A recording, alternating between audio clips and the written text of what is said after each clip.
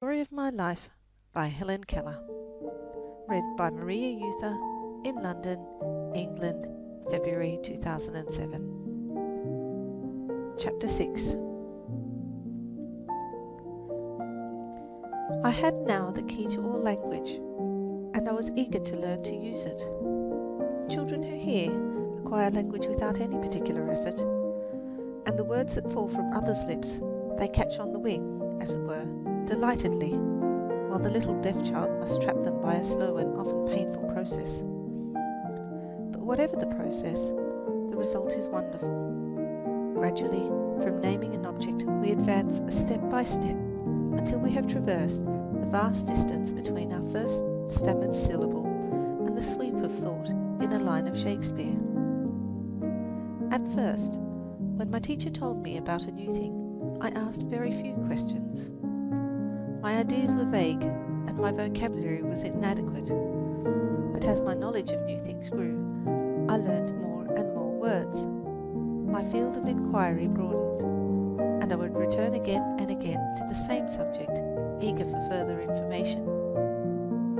Sometimes a new word revived an image that some early experience had engraved on my brain.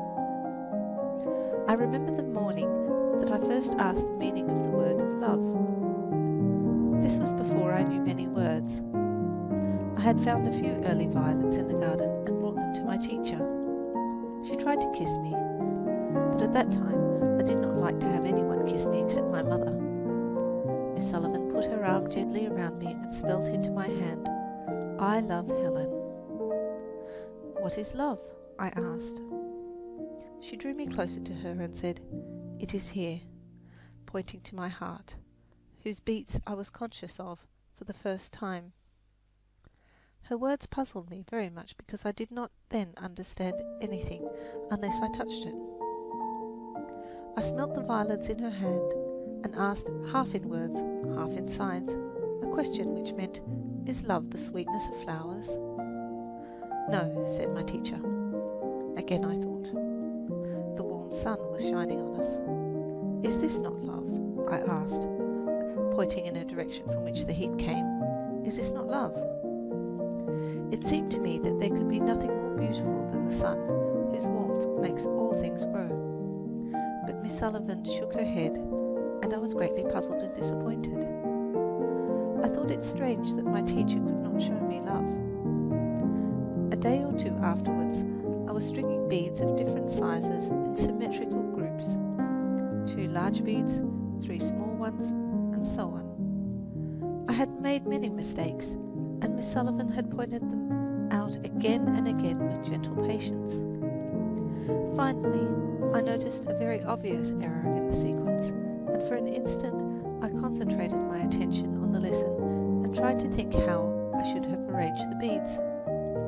Miss Sullivan touched my forehead and spelt with a decided emphasis, "Think." In a flash, I knew that the word was the name of the process that was going on in my head. This was my first conscious perception of an abstract idea.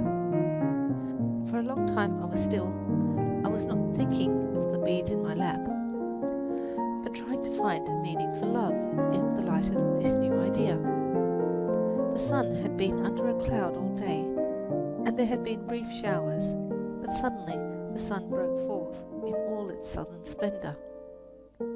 Again I asked my teacher, "Is this not love?" "Love is something like the clouds that were in the sky before the sun came out," she replied. Then in simpler words than these, which at that time I could not have understood, she explained, "You cannot touch the clouds, you know, but you feel the rain and you know how glad the flowers and the thirsty earth are to have it after a hot day. You cannot touch love either, but you feel the sweetness that it pours into everything. Without love, you would not be happy or want to play." The beautiful truth burst upon my mind. I felt there were invisible lines stretched between my spirit and the spirits of others. From the beginning of my education, Miss Sullivan made it a practice to speak to me as she would speak to any hearing child. The only difference was that she spelt the sentences into my hand instead of speaking them.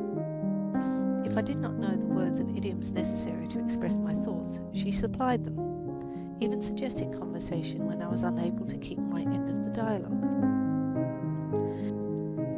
This process was continued for several years, for the deaf child does not learn in a month, or even in 2 or 3 years, the numberless idioms and expressions used in the simplest daily intercourse.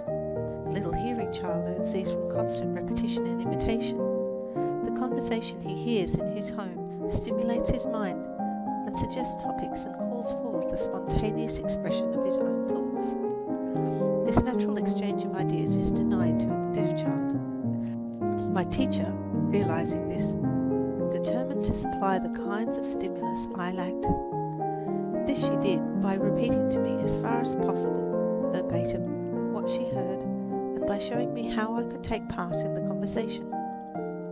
But it was a long time before I ventured to take the initiative, and still longer before I could find something appropriate to say at the right time. The deaf and the blind find it very difficult to acquire the amenities of conversation. How much more this difficulty must be augmented in the case of those who are both deaf and blind. They cannot distinguish the tone of the voice, or without assistance, go up and down the gamut of tones that give significance to words, nor can they watch the expression of the speaker's face, and a look is very often the soul of what one says. End of chapter. Read by Maria Euther in London.